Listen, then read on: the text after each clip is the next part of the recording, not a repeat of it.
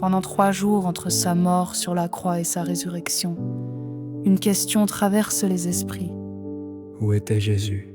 Certains disent qu'il est allé en enfer. D'autres parlent des enfers ou du séjour des morts. Mais que dit vraiment la Bible? Si ce genre de questions t'intrigue, reste bien jusqu'à la fin. Tu vas découvrir un passage rarement exploré.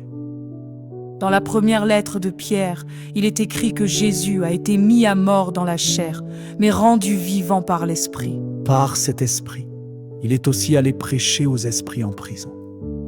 Cette prison, est-ce l'enfer? Le Shéol. À l'époque, on pensait à un lieu souterrain, où les âmes attendaient. Pas forcément un lieu de souffrance, mais un lieu de séparation. Jésus aurait-il alors traversé cette frontière pour proclamer sa victoire, pour apporter une parole aux morts?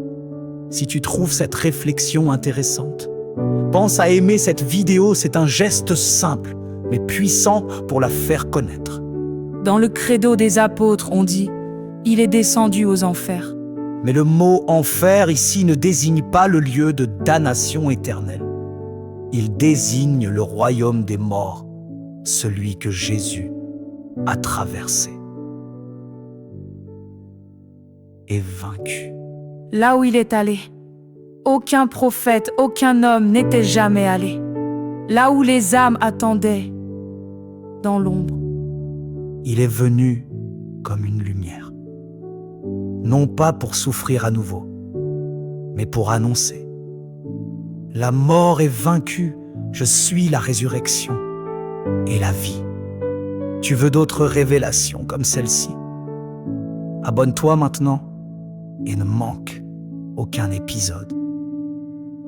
Ce passage mystérieux entre le vendredi et le dimanche, ce silence entre la croix et le tombeau vide, est un moment sacré, invisible, mais puissant.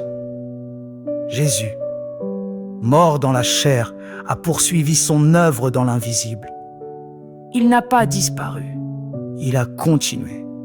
Et le matin du 3e jour, il est revenu. Non comme une victime, mais comme un vainqueur. Non comme un disparu, mais comme une espérance. Alors oui, peut-être est-il descendu. Pas pour être jugé, mais pour délivrer. Pas pour subir, mais pour affirmer. Pas pour rester, mais pour ouvrir la voie. Si tu connais quelqu'un que cette histoire peut toucher, n'hésite pas à lui partager cette vidéo. Un seul clic peut allumer une lumière. Et si ce message t'a parlé, abonne-toi à cette chaîne pour d'autres récits, d'autres réponses, d'autres lumières. Reste curieux. Reste en paix.